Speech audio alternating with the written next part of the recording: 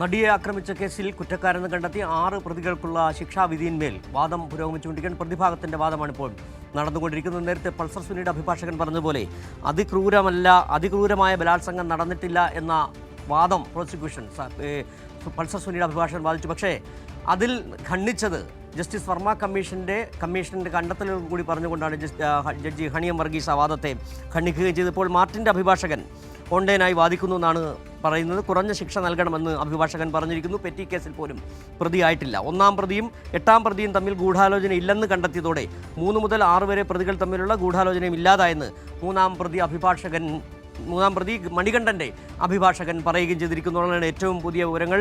അതിൽ നേരത്തെ പറഞ്ഞതുപോലെ തന്നെ ഒരുപക്ഷെ പ്രോസിക്യൂഷന് കൃത്യമായി തെളിയിക്കാൻ കഴിഞ്ഞു ബലാത്സംഗം നടന്നിട്ടുണ്ട്, അതിൽ ഗൂഢാലോചന നടന്നിട്ടുണ്ട് എന്ന കാര്യത്തിൽ. അതുകൊണ്ട് തന്നെ ആകണം പോലീസ് ഒരുപക്ഷെ പൾസർ സുനിയുടെ അഭിഭാഷകന് കോടതിയിൽ സമ്മതിക്കേണ്ടി വന്നു ബലാത്സംഗം നടന്നിട്ടുണ്ട്, അത് അതിക്രൂരമല്ല, ബലാത്സംഗം തന്നെ ക്രൂരമാണ്, അതിൽ ഗ്രാവിറ്റി കൂടിയുണ്ടോ കുറഞ്ഞതുണ്ടോ എന്നുള്ളൊരു ചോദ്യം ഒരുപക്ഷെ കോടതി ചോദിക്കേണ്ട ചോദ്യമാണത്.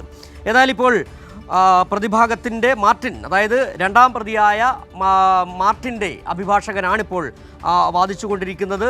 കുറഞ്ഞ ശിക്ഷ നൽകണമെന്നാണ്. പെറ്റി കേസിൽ പോലും പ്രതിയായിട്ടില്ല, ബലാത്സംഗം ചെയ്തിട്ടില്ല, കുറഞ്ഞ ശിക്ഷ നൽകണമെന്ന് മാർട്ടിൻ്റെ അഭിഭാഷകൻ വാദിക്കുന്നു. അതോടൊപ്പം തന്നെ നേരത്തെ പൾസർ സുനിയുടെ അഭിഭാഷകൻ പറഞ്ഞത് അമ്മ രോഗിയാണ്, കുടുംബ സാഹചര്യം കൂടി പരിഗണിക്കണമെന്നും സുനിയുടെ അഭിഭാഷകൻ കോടതിയിൽ പറഞ്ഞിരിക്കുന്നു. ഏതായാലും വലിയ തരത്തിലുള്ള വാദപ്രതിവാദങ്ങൾ തന്നെയാണ് കോടതിയിൽ ഇപ്പോൾ ഈ ശിക്ഷാവിധിയുമായി ബന്ധപ്പെട്ട് എറണാകുളം പ്രിൻസിപ്പൽ സെഷൻസ് കോടതിയിൽ നടന്നുകൊണ്ടിരിക്കുന്നത്. വളരെ പ്രസക്തമായ ചോദ്യങ്ങൾ പ്രോസിക്യൂഷനും അതോടൊപ്പം തന്നെ കോടതിയും ചോദിക്കുകയും ചെയ്യുന്നുണ്ട്. വിവരങ്ങളുമായി ഇപ്പോൾ സാലി മുഹമ്മദ് കൂടിച്ചേരുകയാണ്. സാലി, ഏതായാലും ഇതിൽ ഏറ്റവും നിർണായകമായത് ഒരുപക്ഷെ നേരത്തെ പൾസർ സുനിയുടെ അഭിഭാഷകൻ പറഞ്ഞത് ഏറ്റവും പ്രധാനപ്പെട്ടൊരു കാര്യമാണ്.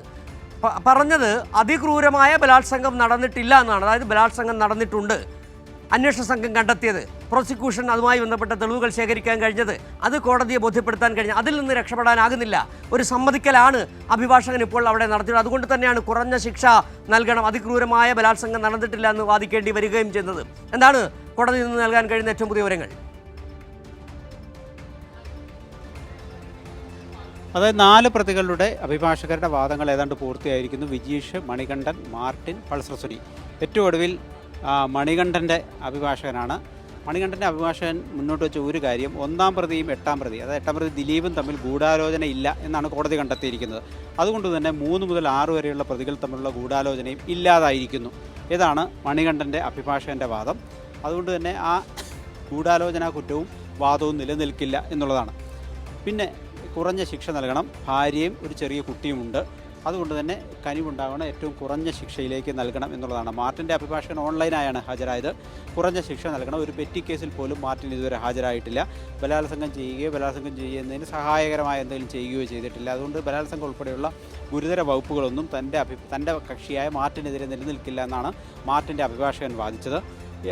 ഒപ്പം നേരത്തെ പൾസർ സുനിയുടെ അഭിഭാഷകൻ നേരത്തെ നമ്മൾ കണ്ടതാണ്, കൂട്ടബലാത്സംഗവും അതിനുള്ള പരമാവധി ശിക്ഷയും ഈ കാര്യത്തിൽ നിലനിൽക്കില്ല എന്നുള്ളതാണ്. കാരണം ഏറ്റവും ക്രൂരമായ ബലാത്സംഗത്തിൻ്റെ നിർവചനത്തിൽ പെടുന്നതൊന്നും അന്ന് ആ വാഹനത്തിനുള്ളിൽ നടന്നിട്ടില്ല എന്നതാണ് പൾസർ സുനിയുടെ അഭിഭാഷകൻ്റെ വാദം. കോടതി അതിനോട് പോസിറ്റീവായല്ല, കോടതി അതിനെ വിമർശിക്കുകയും ചെയ്തു. അത് സ്ത്രീയുടെ അന്തസ്സും അഭിമാനവും കെടുത്തുന്ന സംഭവമാണ് ഉണ്ടായിരിക്കുന്നത് എന്ന് തന്നെ കോടതി പറഞ്ഞു. അതുകൊണ്ട് കോടതി പൾസർ സുനിയുടെ കാര്യത്തിൽ വളരെ ഗൗരവത്തിലുള്ള സമീപനമാണ് സ്വീകരിച്ചത്. ഏതായാലും ബാക്കി പ്രതികളുടെ 4 പ്രതികളുടെ വാദം അഭിഭാഷകരുടെ വാദം ഏതാണ്ട് പൂർത്തിയായിരിക്കുന്നു. ഇനി 2 പ്രതികളുടെ അഭിഭാഷകരുടെ കൂടി വാദമാണ് ഇനി നടക്കാനുള്ളത്. ഏതാണ്ട് 1 മണിക്ക് മുമ്പ് തന്നെ ആ വാദം പൂർത്തിയാകും എന്ന് നമ്മൾ മനസ്സിലാക്കുന്നു. ഇപ്പോൾ ഇതുവരെ പൂർത്തിയായിരിക്കുന്നത് വിജീഷിൻ്റെയും പൾസർ സുനിയുടെയും മാർട്ടിൻ്റെയും മണികണ്ഠൻ്റെയും വാദങ്ങളാണ് മുന്നോട്ട് പോയിക്കൊണ്ടിരിക്കുന്നത്, പൂർത്തിയായിരിക്കുന്നത്. കോടതി ജഡ്ജിയിൽ നിന്ന് ചില മുന്നറിയിപ്പ് ഉണ്ടായിരിക്കുന്നു. കേസ് തുടങ്ങിയപ്പോൾ മുതൽ ഓരോരുത്തർ സ്വാർത്ഥ താല്പര്യത്തിനായി ഓരോന്ന് ചെയ്തു, അത് ഇനിയും ആവർത്തിക്കേണ്ടതില്ല എന്ന് ജഡ്ജിയുടെ മുന്നറിയിപ്പ്. കാരണം ജഡ്ജിയെ ഫോക്കസ് ചെയ്തുകൊണ്ടും കോടതി വിധിക്കെതിരെ എന്നതിനപ്പുറം കോടതി വിധി പറഞ്ഞ ജഡ്ജിക്കെതിരെ എന്ന തരത്തിലേക്കുള്ള ചില വിമർശനങ്ങളും സമൂഹ മാധ്യമങ്ങളിലൊക്കെ ശ്രദ്ധയായി വളരെ കുറച്ച് ദിവസങ്ങളായി നടക്കുന്നുണ്ട്. അതൊക്കെ കൂടിയായിരിക്കണം കോടതി അങ്ങനെ ഒരു മുന്നറിയിപ്പ് നൽകിയത്. അഭിപ്രായം പറയാൻ താല്പര്യമുള്ളവർ വിധിന്യായം വായിക്കണം എന്നതാണ് കോടതിയുടെ പരാമർശം. അപ്പം വിധിന്യായത്തിൽ എന്താണ് ഉള്ളത് എന്നുള്ളത് പ്രധാനപ്പെട്ട ഘടകമാണ്. നമ്മൾ രാവിലെ മുതൽ അതിൽ ചർച്ച ചെയ്തതാണ്. അതുതന്നെയാണ് കോടതി ഇപ്പോൾ പറയുന്നത്. ഇപ്പോൾ അഭിപ്രായം പറഞ്ഞുകൊണ്ടിരിക്കുന്നവർ, കോടതി പറയുന്നത് തന്നെ വിമർശിക്കുന്നവർ ഈ വിധിന്യായം ഒന്ന് വായിക്കണം. എന്തുകൊണ്ട് ഈ ഗൂഢാലോചന കേസിലെ പ്രതികൾ ദിലീപ് ഉൾപ്പെടെയുള്ളവർ കുറ്റവിമുക്തരായി എന്നതടക്കമുള്ള കാര്യങ്ങൾ സ്വാഭാവികമായും വിധിന്യായത്തിലുണ്ടാവും. അതൊക്കെ വായിക്കണം, അത് വായിച്ചിട്ട് വേണം അഭിപ്രായം പറയാൻ എന്നാണ് കോടതി പറഞ്ഞത്. അതായത് തന്നെ വിമർശിക്കുന്നതിന് മുമ്പ് ആ വിധിന്യായം ഒന്ന് വായിച്ചു നോക്കണം എന്ന് കോടതി പറയുന്നു എന്നുള്ളതാണ് അതിൽ നിന്ന് മനസ്സിലാക്കേണ്ടത്. ഏതായാലും കോടതിയുടെ ഇത്തരം കമൻറ്റുകൾ ഇടയ്ക്ക് വരുന്നുമുണ്ട്. കാരണം കോടതിക്കെതിരെ ഉയർന്ന സമൂഹ മാധ്യമ വിമർശനങ്ങളോട് കോടതിക്ക് ഒരു എതിർപ്പ് അക്കാര്യത്തിലുണ്ട് എന്ന കാര്യം വ്യക്തമാണ്. കാരണം പലരും കോടതിയെ വിമർശിക്കുന്നതിന് പകരം, വിധിന്യായത്തെ വിമർശിക്കുന്നതിന് പകരം ജഡ്ജിയെ വ്യക്തിപരമായി വിമർശിക്കുന്ന ചില രീതികൾ കാണുന്നത് കൊണ്ട് കൂടിയാവണം കോടതി അങ്ങനെ ഒരു പരാമർശം ഇത് നടത്തിയത് എന്ന് നമ്മൾ മനസ്സിലാക്കുന്നു. ഏതായാലും പ്രതികളുടെ അഭിഭാഷകരുടെ വാദങ്ങൾ പുരോഗമിക്കുന്നു. ഇപ്പോൾ ഏതാണ്ട് 12:45 പിന്നിട്ടിരിക്കുന്നു. 1 മണിക്ക് മുമ്പ് ഈ 2 പ്രതികളുടെയും കൂടി അഭിഭാഷകരുടെ വാദം പൂർത്തിയാകുന്നതോടുകൂടി പ്രതിഭാഗം അഭിഭാഷകരുടെ വാദം പൂർത്തിയാകും. ഇനി അതിന്മേൽ പ്രോസിക്യൂഷന് കൗണ്ടർ വാദത്തിന് സാധ്യതയില്ല. കാരണം പ്രോസിക്യൂഷൻ്റെ വാദം രാവിലെ പറഞ്ഞ് പൂർത്തിയാക്കിയതാണ്.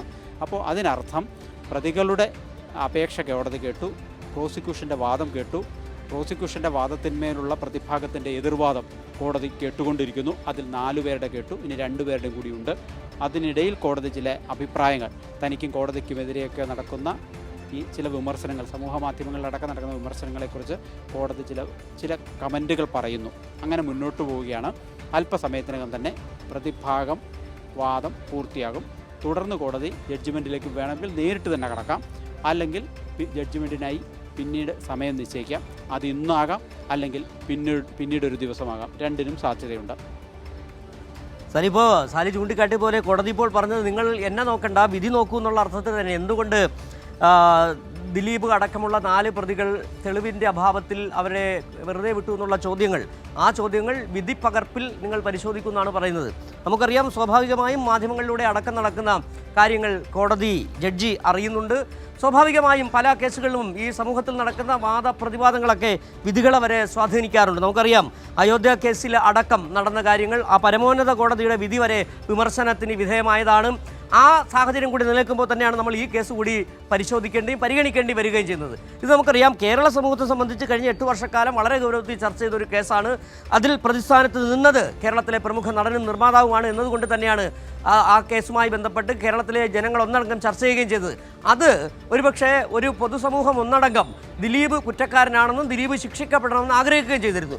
പക്ഷേ വിധി മറിച്ചായി വരികയും ദിലീപ് കുറ്റക്കാരനല്ലെന്ന്, തെളിവുകളുടെ അഭാവം, ഗൂഢാലോചനയ്ക്ക് തെളിവില്ലെന്ന് കണ്ടെത്തിയതിൻ്റെ അടിസ്ഥാനത്തിൽ വെറുതെ വിടുകയും ചെയ്തു.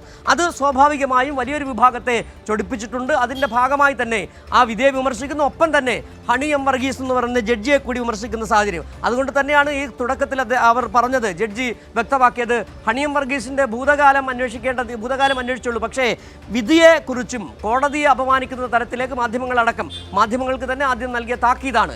ഏതെങ്കിലും തരത്തിലുള്ള കോടതി അപമാനിക്കുന്ന തരത്തിലുള്ള വാർത്തകൾ റിപ്പോർട്ട് ചെയ്താൽ കോടതി ലക്ഷ്യത്തിന് കേസടക്കം എടുക്കുമെന്നുകൂടി പറയുകയും ചെയ്ത്, ഏറ്റവും ഒടുവിലായി സാലി സൂചിപ്പിച്ചത് വളരെ പ്രധാനമായ ഒരു സന്ദേശം, ഒരു മെസ്സേജ്, ഒരു സൂചന കൂടി ജഡ്ജി പറഞ്ഞിരിക്കുന്നത്, എന്നെ നോക്കേണ്ട കാര്യമില്ല, നിങ്ങൾ വിധിപ്പകർപ്പ് നോക്കി. എന്തുകൊണ്ട്? അതായത് എന്തുകൊണ്ട്, നേരത്തെ ഒരുപക്ഷെ കേരളത്തിലെ പൊതുസമൂഹം ചോദിക്കുന്ന ചോദ്യമാണ്, എന്തുകൊണ്ട്, എങ്ങനെ ദിലീപും മറ്റ് 4 പേരും ഈ കേസിൽ നിന്ന് രക്ഷപ്പെട്ടു, കുറ്റമുക്തരായി? അതിന് ചില ചോദ്യങ്ങളുണ്ട്. സ്വാഭാവികമായും ഒരു കോടതിയിലേക്ക് വരുമ്പോൾ നേരത്തെ പറഞ്ഞതുപോലെ തന്നെ ജനത്തിൻ്റെ ഹിതത്തിനനുസരിച്ച് സൊസൈറ്റി ആഗ്രഹിക്കുന്നത് പോലെ ഒരു വിധി പ്രഖ്യാപിക്കാൻ അവിടെ കോടതികൾക്ക് കഴിയില്ല, നീതിന്യായ വ്യവസ്ഥയ്ക്ക് കഴിയുകയുമില്ല. ഇവിടെ പ്രതി കുറ്റക്കാരനാകണമെങ്കിൽ കൃത്യമായ തെളിവുകൾ ഉണ്ടാകണം. ആ തെളിവുണ്ടായാൽ മാത്രം പോരാ, ആ തെളിവ് കൃത്യമായി കോടതിയെ ബോധ്യപ്പെടുത്താൻ പ്രോസിക്യൂഷന് കഴിയുകയും വേണം. ഇവിടെ തെളിവില്ലാത്തതാണോ, പ്രോസിക്യൂഷൻ തെളിവുകൾ കൃത്യമായി ബോധ്യപ്പെടുത്താൻ കഴിയാതിരുന്നത് കൊണ്ടാണോ ഇവിടെ ഈ ദിലീപ് അടക്കമുള്ള 4 പേർ ശിക്ഷിക്കപ്പെടാതെ പോകുന്നുള്ളൊരു ചോദ്യമുണ്ട്. അതിനുള്ള മറുപടി കൂടി ഒരുപക്ഷെ ഇപ്പോൾ ജഡ്ജി പറഞ്ഞിട്ടുണ്ടെന്ന് തോന്നുന്നു. എന്നെ നോക്കേണ്ട, നിങ്ങൾ വിധിന്യായം പരിശോധിക്കുമെന്ന് പറയുകയും ചെയ്തു. ഏതായാലും ഇപ്പോൾ പ്രോസിക്യൂഷൻ്റെ വാദം കഴിഞ്ഞതിന് ശേഷം പ്രതിഭാഗത്തിൻ്റെ വാദമാണ് അവിടെ നടന്നുകൊണ്ടിരിക്കുന്നത്. ഇപ്പോൾ പൾസർ സുനിയുടെ അഭിഭാഷകൻ തന്നെ നേരത്തെ പറഞ്ഞിട്ട് കുറഞ്ഞ ശിക്ഷയാണ് നൽകേണ്ടത്. മാർട്ടിൻ്റെ അഭിഭാഷകൻ പറഞ്ഞിരിക്കുന്നു കുറഞ്ഞ ശിക്ഷ നൽകണം, പ്രതികൾക്കെതിരെ ഒരു പെറ്റിക്കോട്ട്സ് പോലും ഇല്ലെന്ന് 5ഉം 6ഉം പ്രതികളുടെ അഭിഭാഷകൻ കൂടി ഇപ്പോൾ പറഞ്ഞിരിക്കുകയാണ്. കുറഞ്ഞ ശിക്ഷ നൽകണം എന്നുകൂടിയാണ് ഇപ്പോൾ. അതോടൊപ്പം തന്നെ മറ്റ് ചില വാർത്തകൾ കൂടി വരുന്നുണ്ട്. രാഹുൽ മാങ്കൂട്ടത്തിനെതിരായ കേസുകൾ ഒറ്റ സംഘം അന്വേഷിക്കും. രാഹുൽ മാങ്കൂട്ടത്തിനെതിരായ ബലാത്സംഗ കേസുകളിൽ ഏകീകൃത അന്വേഷണത്തിനുള്ള തീരുമാനം കൂടി വന്നിരിക്കുന്നു. ഏതായാലും ആ വാർത്തകളിലേക്ക് കൂടിയൊക്കെ തിരികെ വരേണ്ടതുണ്ട്. നിലവിൽ ഏതായാലും 5-6 പ്രതികളുടെ ദിലീപ് കൂടി പ്രതിയായിരുന്ന കേസിലെ, നടി ആക്രമിക്കപ്പെട്ട കേസിൽ ആ കുറ്റക്കാരെന്ന് കണ്ടെത്തിയ 6 പ്രതികൾക്കുള്ള ശിക്ഷാവിധിയാണ്. അതുമായി ബന്ധപ്പെട്ട വാദമാണിപ്പോൾ പ്രതിഭാഗത്തിൻ്റെ വാദം. അവിടെ ഇപ്പോൾ ശിക്ഷാവിധിക്ക് മുമ്പുള്ള വാദം അവിടെ എറണാകുളം പ്രിൻസിപ്പൽ സെഷൻസ് കോടതിയിൽ നടന്നുകൊണ്ടിരിക്കുന്നു. കുറഞ്ഞ ശിക്ഷ നൽകണമെന്നാണ് 5ഉം 6ഉം പ്രതികളുടെ അഭിഭാഷകൻ ആവശ്യപ്പെട്ടിരിക്കുന്നത്. സാലി,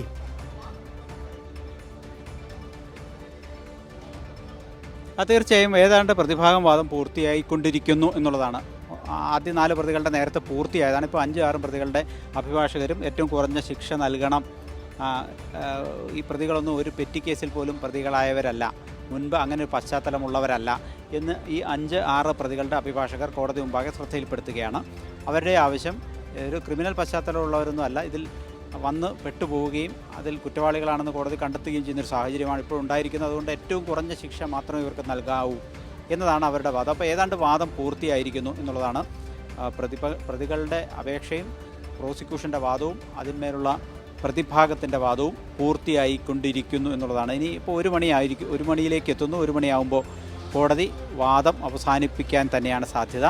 പിന്നീട് ഉച്ചയ്ക്ക് ശേഷമോ തുടർ നടപടികളിലേക്ക് കടക്കും. അത് വേണമെങ്കിൽ അപ്പോൾ തന്നെ കോടതി ഓർഡറിലേക്ക് കടക്കാം, കോടതി വിധി പറയാം, ശിക്ഷാവിധി പ്രഖ്യാപനത്തിലേക്ക് കടക്കാം.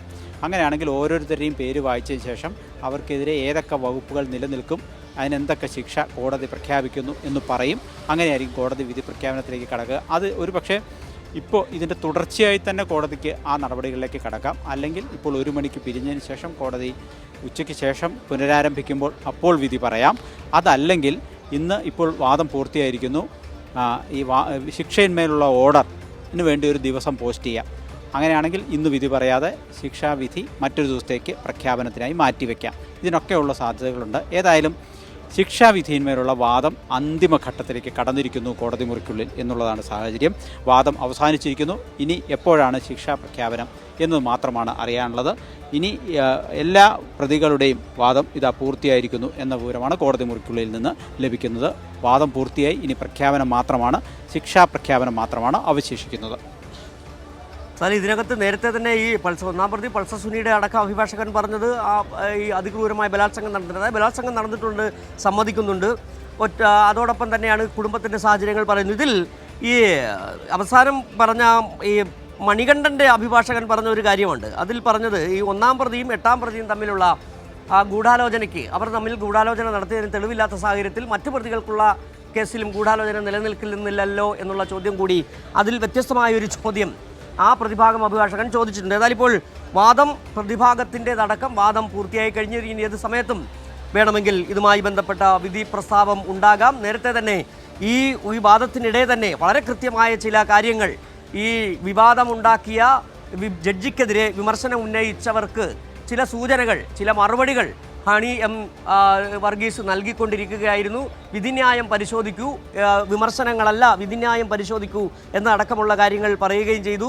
ഹണി എം വർഗീസിൻ്റെ ഭൂതകാലം പരിശോധിച്ചുള്ളൂ, പക്ഷേ കോടതി അപമാനിക്കുന്ന തരത്തിലേക്ക് കാര്യങ്ങൾ പോകുന്നത്. അതായത് നിങ്ങൾക്ക് വിധിയെ വിമർശിക്കാം, പക്ഷേ വ്യക്തിപരമായി ജഡ്ജിയെ അധിക്ഷേപിക്കാനാകില്ല എന്നുള്ള കാര്യം കൂടി തന്നെയാണ് ഒരിക്കൽ കൂടി ഹണി എം വർഗീസ് വ്യക്തമാക്കുകയും ചെയ്തത്. നമുക്ക് സ്വാഭാവികമായി അറിയാം, ഈ ദിലീപിനെ കുറ്റവിമുക്തനാക്കിക്കൊണ്ടുള്ള, ദിലീപിനെ വെറുതെ വിട്ടത് കൊണ്ടുള്ള വിധി വന്നതിന് ശേഷം വലിയ തരത്തിലുള്ള ആക്ഷേപങ്ങൾ, വിമർശനങ്ങളാണ് ഹണി എം വർഗീസിനെതിരെ മാധ്യമങ്ങളിൽ, സമൂഹ മാധ്യമങ്ങളിൽ അടക്കം വന്നുകൊണ്ടിരുന്നത്. ഈ സാഹചര്യത്തിൽ തന്നെ വേണം അവർ ചില മറുപടികൾ. കാരണം ജഡ്ജി എന്നുള്ള പരിമിതികൾക്കുള്ളിൽ നിന്നുകൊണ്ട് ഈ വിധിന്യായത്തോടൊപ്പം വാദപ്രതിവാദത്തിനിടെ ചില കാര്യങ്ങൾ പ്രതിഭാഗത്തെ ബോധ്യപ്പെടുത്തുന്നുണ്ട്, അതോടൊപ്പം തന്നെ പ്രോസിക്യൂഷനെ ബോധ്യപ്പെടുത്തുന്നുണ്ട്, അതോടൊപ്പം തന്നെ സമൂഹത്തെയും ബോധ്യപ്പെടുത്തുകയും ചെയ്യുന്നുണ്ട്. നിലവിൽ നമുക്ക് മനസ്സിലാക്കാൻ കഴിയുന്നത് പ്രതിഭാഗത്തിൻ്റെ വാദം അടക്കം പൂർത്തിയായിരിക്കുന്നു. നേരത്തെ പൾസർ സുനിയുടെ അഭിഭാഷകൻ വാദിച്ചതുപോലെ അതിക്രൂരമായ ബലാത്സംഗം നടന്നിട്ടില്ലാത്തത് കൊണ്ട് മാക്സിമം ശിക്ഷയുടെ സാധ്യത ഇല്ല എന്ന് പറയുമ്പോൾ അതിനെ ഹണി എം വർഗീസ് ഖണ്ഡിച്ചത് അത് നിർഭയ കേസുമായി ബന്ധപ്പെട്ട് ജസ്റ്റിസ് വർമ്മ കമ്മീഷൻ്റെ പരാമർശങ്ങൾ ചൂണ്ടിക്കാണിച്ചുകൊണ്ട് തന്നെയാണ്. ഒരു പെനിട്രേറ്റീവ് സെക്സ് മാത്രമല്ല റേപ്പ് എന്നുള്ളത് കൂടി അവർ ചൂണ്ടിക്കാണിക്കുകയായിരുന്നു. ഒരു പക്ഷേ പല വിധിന്യായങ്ങളിലും ഇത്തരത്തിലുള്ള ചില പരാമർശങ്ങൾ, ചില കമ്മീഷനുകളുടെ കണ്ടെത്തലുകൾ, ചില നിരീക്ഷണങ്ങൾ കൂടി ഉൾപ്പെടുത്താറുമുണ്ട്. ഏതായാലും ഇപ്പോൾ ഈ പ്രതിഭാഗത്തിൻ്റെ കൂടി വാദം പൂർത്തിയായിരിക്കുന്നു. ഏത് സമയവും ശിക്ഷാവിധി പ്രഖ്യാപിക്കാം, അല്ലെങ്കിൽ മറ്റു ദിവസത്തേക്ക് മാറ്റിവെക്കാം. സാധ്യത പലതാണ്. ഏതായാലും ഇപ്പോൾ പ്രതിഭാഗം ചോദിച്ച ചില ചോദ്യങ്ങൾക്ക് വളരെ കൃത്യമായി തന്നെ മറുപടി കൊടുത്തുകൊണ്ട് എല്ലാ സന്ദേഹങ്ങൾക്കും വ്യക്തത വരുത്തിക്കൊണ്ടാണ് ഹണി എം വർഗീസ് ഈ വാദങ്ങൾക്ക് കൃത്യമായ മറുപടി നൽകുകയും ചെയ്തത്. കുറഞ്ഞ ശിക്ഷ നൽകണമെന്നാണ് മണികണ്ഠൻ്റെയും അതോടൊപ്പം തന്നെ വിജീഷിൻ്റെയും അഭിഭാഷകർ വാദിക്കുകയും ചെയ്തത്. അതോടൊപ്പം തന്നെ മണികണ്ഠൻ്റെ അഭിഭാഷകൻ വാദിച്ചത് ഇക്കാര്യത്തിൽ 1-ാം പ്രതിയും 8-ാം പ്രതിയും തമ്മിൽ നടന്ന ഗൂഢാലോചനയ്ക്ക് തെളിവില്ലാത്ത സാഹചര്യത്തിൽ മറ്റ് പ്രതികൾക്കും ആ കേസ് നിലനിൽക്കുന്നതല്ലല്ലോ എന്നുള്ള ചോദ്യം കൂടി കോടതിയോട് ആ അഭിഭാഷകൻ ചോദിക്കുകയും ചെയ്തപ്പോൾ 6 പ്രതികളുടെയും വാദം പൂർത്തിയായി കഴിഞ്ഞിരിക്കുന്നു. ഇനി ഏതാനും നിമിഷങ്ങൾക്കകം തന്നെ വേണമെങ്കിൽ ഉച്ചയ്ക്ക് മുമ്പ് തന്നെ വിധി പ്രസ്താവത്തിലേക്ക് കടക്കാം. ഏതായാലും ഇനി കേരളത്തിലെ പൊതുസമൂഹം കാത്തിരിക്കുന്നത് എന്തുകൊണ്ട് ദിലീപ് ഉൾപ്പെടെയുള്ള 4 പേർ ഈ കുറ്റക്കാരല്ലെന്ന് കണ്ടെത്തി അവരെ വെറുതെ വിട്ടത് എന്ത് എന്നുള്ള ചോദ്യം അതുതന്നെയാണ് നേരത്തെ ജഡ്ജി ഹണി എം വർഗീസ് പറയുകയും ചെയ്തത്. നിങ്ങൾ വിമർശിക്കാതെ വിധിന്യായം പരിശോധിക്കുമെന്ന് പറയുകയും ചെയ്തത്.